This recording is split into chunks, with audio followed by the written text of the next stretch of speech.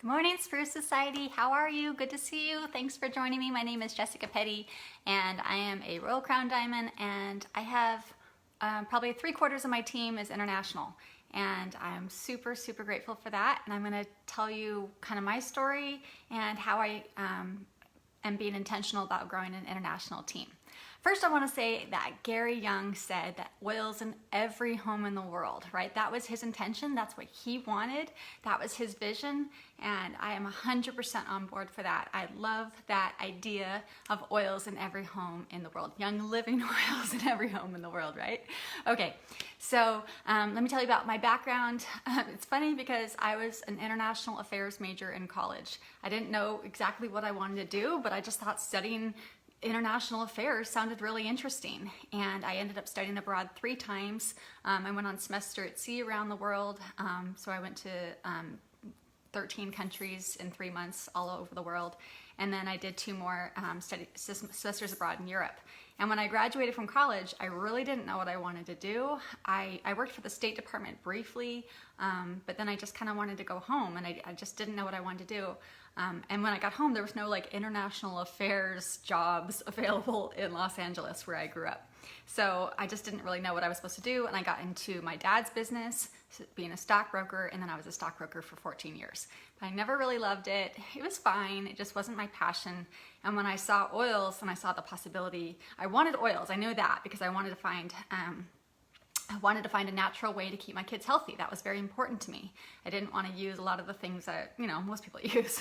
So I fell in love with the oils first, but then when I saw the business potential, I'm like, oh, this looks really fun. And I gave up my financial planning business, and I started doing Young Living. And I've never looked back. I just, every month, every day, ever since then, it's just been such a joy to be a part of this business. And so when I first started, I was doing an event at my kids' school. It was like a craft fair, and I had a little table, and this mom, another mom in my kids' class, who I didn't really know very well, came up to me, and she was like, Jessica, tell me the difference between Young Living and the other popular company. And I was like, well, we have farms, and I just said a few things. She bought a kit a couple days later. I didn't really know her that well. And then she kind of messaged me, and she said, I think I might want to start doing this as a business, because she was studying nutrition, and she thought it would go hand in hand with that. And her name is Leanne Anderson, and she's also spoken in here. She's a diamond now. But anyway, so Leanne started talking to me, and all of a sudden I saw all these names in Asia popping up in my organization under her, like a lot. Like, I don't know if you ever heard, like back in the day when you saw like a waterfall of names, like suddenly it was just like tons of names of these Asian names. And I was like, whoa. And I messaged her, I'm like, okay, because they were in Malaysia where she grew up, because she reached out to her friends there, where she grew up, and started talking about oils, and they started buying. And I'm like, what language do they speak in Malaysia? She goes, English. I'm like, okay, good. That's gonna work out. So, and I'd been to Malaysia on semester at sea, but I didn't remember what language they spoke there. So that was really helpful. And my Malaysia team, I don't know if you guys remember Ty Tolman saying even last year, even in 2021, Malaysia was the fastest growing market. And it's been a really huge growing market for a long time. And it's not that big of a country. It's got 34 million people in it, but they work super, super hard. So if you're in Malaysia on my team or any team, just shout outs to you, because you guys are absolutely amazing and such an inspiration to me. So thank you so much. So Leanne, and then what started happening, of course, is that people started talking to their friends in Singapore and Indonesia and Australia and Japan. And Leanne moved to Japan, and I was like, no, because we were really blowing up here in San Diego. And I'm like, well, maybe she's supposed to go to Japan, because maybe she's supposed to grow the business in Japan. And she did somewhat, but Japan's a really tough market to grow in, because they have all these rules around the network marketing industry. But she did meet a mom at the international school where she was sending her kids, another mom from Mongolia, and she talked to that mom there about the products. And now, well, I think there was at one point about 10,000 members in Mongolia under this leader. So just ways of shooting off into other markets from what's possible, from friends of friends, So that's kind of my background. That's how we got started in the international business. So then my husband, he's like, well, let's grow another leg internationally. I'm like, well, how are you going to do that? So he's like, I'm just gonna start reaching out to people on Instagram, see if I meet anybody. I'm like, you're just gonna message people on Instagram. That's not gonna work. You know, like people aren't just gonna respond to strangers. And he was reaching out for a while, and he reached out to this member or this person, and she said she didn't speak English that well, but she'll talk to her husband who speaks English. And then she got back to him, and she was in Indonesia. She was an influencer. And long story short, they started doing the business, and that's how we got to Royal Crown Diamond. That was our Royal Crown Diamond leg. Was that last leg that really needed to grow, and it took off really quickly, and it was really fun. And then there was a huge team at International in Indonesia. Now, one of the problems that we saw was that people in Indonesia, most people don't speak English. They speak a language called Bahasa. Bahasa actually means language. So they speak the Indonesian language, which I don't think it really even has a name. They just call it Bahasa. And so we couldn't talk to them because I don't speak Bahasa. And so we were 100% reliant on them to teach their members, but they were also big influencers and they were doing other things. So that team has kind of, you know, gone up and down because it was 100% reliant on them to teach their people, but they were also doing other things. So that's a struggle that I found that I want to tell you about as you're thinking about growing your international team, is that you have to find somebody who is a leader, somebody who's a strong leader, and somebody who has connections in the country that you want to grow in. So either they're from there, or they grew up there, or they traveled there and lived there for a while. They have to have some kind of connection to this country where and if you don't speak the language there, if it's not English or a language that you speak, then you're 100% reliant on them to train their people. And that can be tough. That can be tough, especially if they quit or they just, stop for a while or whatever. So it can work if you have an amazing leader, but it can also kind of peter out. So that's something to think about. You can try to learn the language, but that's tough unless you really plan to go live there. That's another strategy there, though. If you really want to grow in a certain country, move there. Move there and grow there. I mean, you don't have to travel to the country that you want to grow in if you have a strong leader, but you have to have some kind of strong presence there. So how are you going to grow this team? How are you going to create momentum?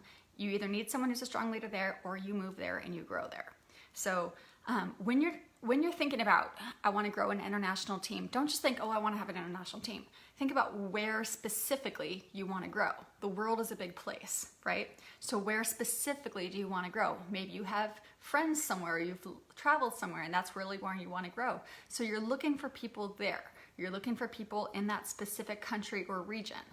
Be very intentional about, I want to grow in Mexico, or I want to grow in Malaysia, or I want to grow in Spain, and then focus on that very specifically and not generally the world as a whole. You can like target different like legs to be for different countries, but that takes a lot of effort. So to really think about specifically where you want to grow. Okay, so let's talk about open markets versus ENFR markets versus NFR markets. This is very important to understand if you want to have an international team. There's 3 different types of markets. Well, 4 actually, really. There's also closed markets, which is just places we can't do business, like Turkey, and there's a few countries, but most countries we actually do ship to. So a country that we just ship to that we're not open, let's talk about open first. Open is a market where we're open. It's on the website. We have promos there. Every month they have their own promos. We have a visitor center there. We even have one here in Utah. It's at the corporate office, but there's a it's called an experience center. That's what they call it, which is a place where people can go and smell the oils and watch videos about our farms and things like that. So every country has one of those, or like Europe has one in London. So there's not one in every country in Europe. There's just one in London, but every region has one of those. So, so that's open markets. Is we have an experience center. They have a country manager. They have their monthly promos. They're on the website. That's an open market. Then there's ENFR markets. So ENFR markets are markets that are not open, but we do have a shipping agreement with them, meaning we can get products to them very cheaply and they don't have to pay import taxes. We made an arrangement with the country, and they don't have to pay import taxes when the product arrives.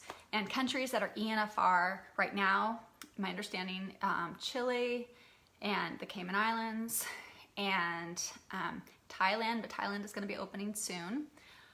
Saudi Arabia, Israel, Dubai. Let's see, there's another one in the Middle East. UAE, United Arab Emirates, and there's a few more. So these countries are ENFR, and it's actually a really great place to start to grow because they have a shipping agreement there. There's a lot of ways that you can get product into the country, and they can get products. Their products are shipped directly from the U.S. They don't have an office there. They don't have, so their products are shipped directly from the U.S. Except actually for Thailand now, they actually have a website, a warehouse in Asia that products are shipping from there. So, and that's actually good because they can get their products in easier and for cheaper for shipping and stuff like that. So anyway, that's ENFR. And then NFR is every other country that we actually do ship to, but there's no office there, there's no country manager, there's no shipping agreement. So often they have to pay import taxes, which can be very expensive. They have to, it's just kind of they're on their own. Oh, another ENFR country that's really big is India. So you can get products into India fairly inexpensively, and you can start to grow a team there, but it's ENFR. Okay, so that's the difference between open ENFR and NFR. It's really good to understand that because it's like how easy it is to get your products to these people. How easy is it for them to get started doing the business? Sometimes the website doesn't always work in the Middle East, which is really frustrating for people. They're like, we're trying to order, and they don't go off of our new website. Only US is the new website. Everybody else is on the old website in the whole world. Open markets besides US, including Canada, and ENFR markets and NFR markets, they're all not on the new website. They're all on the old website. So far, they will eventually, but not right now. Not until it gets working properly and everything's working. So when you're looking for somebody, like I said, you want to looking for somebody who has connections. You're looking for a leader that has, people there. They grew up there. They can start promoting it there. They speak the language there. So that's the key, is finding someone who is like your point person, and then training the heck out of them, helping them to show, so that they know everything about Young Living, what they need to do, how to lead, how to teach, really training somebody. That's your key. Let's see. I mentioned that about travel. Go on the international section. So let's talk about the international part of the website. So when you go into the virtual office and you look in the big drop down where there's like big, bold, like drop down stuff, one of them is international. You'll see that. Click on that. If you want to grow an international team, you have to go to this part of the website and look at this. So it says international, and then it's separated by regions. So it's like Asia, and then it has Latin America, North America, and I think Europe. So like you click on each one and it'll list the countries that are open markets. It doesn't have the ENFR markets on the website. It doesn't have the the NFR markets on the website. Only the open markets. So you can click on each one and then you can see what their product catalog looks like, what their price list looks like, what product, every country is different as far as what products that they have available there. So you want to look at, what does their kit look like, or kits. If it's an NFR market, you just want to have them get the international kit, or they can get the Little Oilers kit. But those are only two kits for international. So if they have an open market, look to see what kits are available. It'll often look like a kit like our normal PSK or PSB, I guess it's now. But the oils will be different, the diffuser might be different. So you want to look at, they will have less products than us for sure. I mean, we're the only country that has like 700 products. Most countries have maybe a third of what we have if we're lucky. They won't have, most likely, Singapore does, but most countries don't have supplements. They have Ninja Red. Ninja Red's a really good product to sell all over the world. Almost everybody can get Ninja Red, which is really cool. But they don't have like your Super B and Super D and all those products, because supplements are really hard to get registered. Anything that you put in your mouth is really hard to get registered internationally. So all the oils there are labeled topical or aromatic. They do have, most countries have Thieves products. Makeup, the Savvy Minerals products is really easy to get into the markets. Like I said, Ninja Red. It's just mostly supplements that's hard to get in. So go to the market that you want to grow in and look through their product catalog and see what they have available. See what the kit looks like. because that's what you're going to be promoting. I mean, if you have a group specifically for a certain market, you're going to want to talk about the products that they can get. You don't want to talk about products that they can't get, because that's just going to be frustrating to them. Sometimes they can get stuff on NFR. They have to go into their back office and go NFR and look for, and they can get products from the US, but it's a lot harder for them to get those products shipped into their country. So mostly you want to promote the products that they can get, right? You want to get to know the country manager. So let's say you want to grow in Mexico. Get to know the country manager there. Get to know the people that work in the office there. Who works in the experience center? So let's take Mexico for example. The experience center is in Mexico City. So get to know the people that work in the experience center in Mexico City. So if you're finding leaders and if you're sending people to the experience center, they'll walk them around. They'll talk to them for you. They'll make sure that they sign up under you.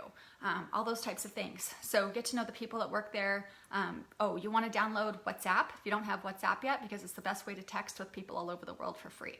So definitely don't download WhatsApp. It's totally free, and you'll want to have that on your phone.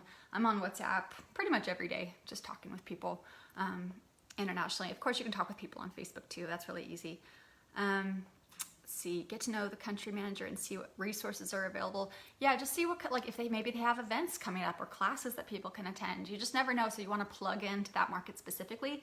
Every open market also has a Facebook page. So like Young Living Mexico, and they actually have regular Zoom calls that you can send people to.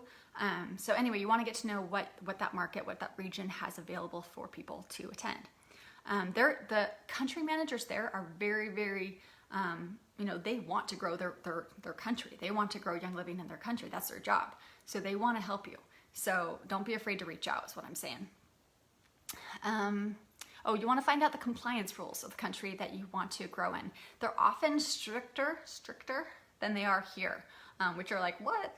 Ours are pretty strict already. Yeah, well, they're actually probably mostly stricter there. Like talking about swallowing things. You can't talk about like swallowing things in another market most of the time. There's some exceptions. Canada is actually, I think, more lenient in the US. You can say things like headaches there and other things that you can't say here. So you'll want to just kind of talk to people there and talk to the country manager, say what can and can't we say here about as far as like compliance, so that you know that you're following the rules of the country. That being said, my groups, I just abide by the US. I don't go by the strictest rules of whoever might be in my group. I just kind of go by the rules of that I know what we can and can't say here in the US. So once you have a team that's growing, of course, you want to have lots of Zoom trainings. If you don't speak the language, then somebody else, can translate for you, but that's a lot of back and forth. It can be difficult, but have a lot of Zoom trainings to train people about the business and about the products and about all these things. That. Lots of Zoom calls, lots of live videos, anything you can do to bring awareness to the country, the people in the country about Young Living. Time zones. So you want to find out what time zone most people are awake here in the US where you are and where they are. For me, most of my team is in Asia. So the best time for me to talk to them, I've looked at all the best possible times, is my evenings is their mornings. So that's the best time for Asia. For me, I usually have most of my calls around 5:30 because it's usually around like 8 or 8:30 their time. So you just have to play with that. There's a great website called Dateful, DATEFUL.com, and it converts the time really easy for you. So you can just type in the city that you're in and then the city that you want to know the time in, and it'll tell you that. Or you can just ask your phone, just ask Siri, just say, Siri, what time is it in Japan right now? And then it'll pop up and it'll tell you right then. So that's super helpful. You want to know what time zone works the best for them. 5:30 for me is a really good time too, because I'm in California. So I know that in the East Coast, it's only 8:30. It's not that late, and it's 8:30 in the morning in like Malaysia, Singapore, that area. So time zones. You want to make sure that most of your people can get on if they want to. As far as like shipping prizes, like if I have a contest, I learned a long time ago, I'm not going to exclude people if they're not in the US because I want to grow internationally too, right? So when I have a prize, I just pay for the extra shipping. It can cost a bit more. Like if I want to send something here that costs like $3 or $4, it can cost anywhere from $15 to $20 to ship it there, but it's worth it. It's worth it for me. So if you want to grow internationally, be aware of that. If you're sending an expensive prize, then they can have to pay import taxes, and that can be hard. So oftentimes I'll just give people credits if it's a really expensive prize, although we have worked it out in the past to get them their prize if someone's coming here and then they brought it over or something like that. But anyway, just think about that you want to, if you're doing prizes, just make it for everybody. Don't say it's too expensive to ship you the prize, because work it out. I definitely am a firm believer in that. Let me go through the questions here and see, and if you have a question, just type it in the comments and I'll go through. Hey everyone, thanks for joining. Thanks everyone for watching. Let me just see if there's certain questions. How do you find the country manager? Good question. How do you find the country manager? My husband just kind of figured that out. Nathan? No. I think you just go on the Young Living Facebook page. It's probably in the international back office, or you can go to the Young Living Facebook page and there's a connection there, and you can just send a message and just ask, find out who the country manager is. My gosh, I'm gonna think of it. My husband just tells me who all the country manager is. He's the one who's super dialed into all the international markets. He's actually gone to a lot of the openings, which, oh, by the way, is super fun to go to a country opening and see. Like the one in the Philippines was so much fun because it was in this like huge big room, and like they had this karaoke, like no joke. They're like, okay, we're gonna do karaoke. I'm like this is a big Young Living event, we're doing karaoke? Like for me, it was hilarious. And they're like they rushed the stage. It was awesome. Like 50 people rushed the stage and like, pick me. And I'm like, they're like, karaoke's really big here. I'm like, oh, okay. You know, you just get to know the customs of what people like, and it's so fun. It's so fun to see the way that they do things, and it's just not the way that we do things, you know? Like karaoke's fun, but like I'd be shocked if I ever saw it at convention, right? But there, it was like huge, and then people got up stage and they were singing and everyone was cheering for them. And anyway, it was just so much fun. Let me say too, when you actually go to the country where you've grown a team there and you meet them for the first time, or they come here for like Silver Retreat and you go and meet them, your heart is like bursting. It is just like bursting, because I don't know, it's just like you're changing lives all over the world. And I can't even tell you how special that is. And like people come up to me and they're like, you know, my daughter was like super sick and this money helped me to pay for her, you know, treatments of whatever. And, you know, I saw this business as a way out, or, you know, just things that you have here all the time too. But when it's there and it's like, I don't know, it's really, really, really special to know that you're having a big global impact and helping people everywhere. And you may never meet them, you know, but other times, like I just saw the other day that this woman in my team in Thailand sold 13 kits last month. I'm like, that's amazing. I posted a picture of her, and then she's like, oh, I said, I can't wait. I hope I get to meet you someday. She's like, I hope I get to meet you too. And it's like, I might. My friend Tu, who will probably be watching this later, hey Tu, also from Thailand. She's one of the highest ranking members in Thailand. She's a platinum member. She started reaching out to me, asking me for help and guidance and things like that, and we've been chatting. And then when Young Living had the big platinum event last year, I asked if Tu could come because she was visiting her mom in Virginia, because they didn't allow international people, but she was here in the US anyway, and I messaged corporate and they said she could come. And then we hung out most of the time, and it was just so fun, like to hang out with somebody that you've been talking to internationally in Thailand, and, you know, growing this big team there. So it's just really fun to make a big impact. Zaya, hey Zaya, every Young Living has their official email, and you can refer them also and can find the country managers, I believe. Yes. Yeah, so if you go onto the Facebook page for the country, like you might want to type in like Young Living Mexico or whatever country, there's like an email there and a phone number, so you can call them. That just gives me chills. It's super special. It's super special. And you want to go to things like their conventions, because they have their own conventions, like the APAC convention. APAC is for Asia Pacific. Convention is it's in Singapore in March, this coming March. And anyway, we want to go. It depends. There's some like health regulations that they have that we'll see if they let up on that. But to go to these types of things and like be a part of their celebrations and to just cheer for them, it's super, super special. So last but not least, I'm just going to encourage you to focus in on a market. And then look for leaders there. Look for leaders that are already in your team. Like go through your organization and look for people in other countries, and then call them or WhatsApp or email or message, or just say, hey, are you doing the business? Do you want to do the business? Can I help you? Especially in the legs that you're trying to grow. You know, look for people there, and you just never know who you're going to find. It doesn't have to be someone that you find on Instagram. It doesn't have to be somebody that you meet here. It could be someone that's already on your team and you help them to grow their business. So that's about it. Yeah, grow internationally. It's just, I'll tell you one more thing, last thing, and I'll sign off. You know, when everything happened with the US in the past year, with all the market, all the computer stuff that really, you know, has been going on, the international markets weren't affected because they didn't have the new website yet. So that saved my tushy as far as my business. And certain things that affect certain parts of the world, you know, well, the global pandemic did affect the whole world, but certain things that affect certain regions don't affect other regions. So it's good to like diversify your team as far as having a global team, because, you know, it can have some protection in some ways for your business. So it's something else to think about. Plus it's just super fun. So thanks for watching, everybody, and tag your friends if you think this video will help them, and I'll see you later. Bye.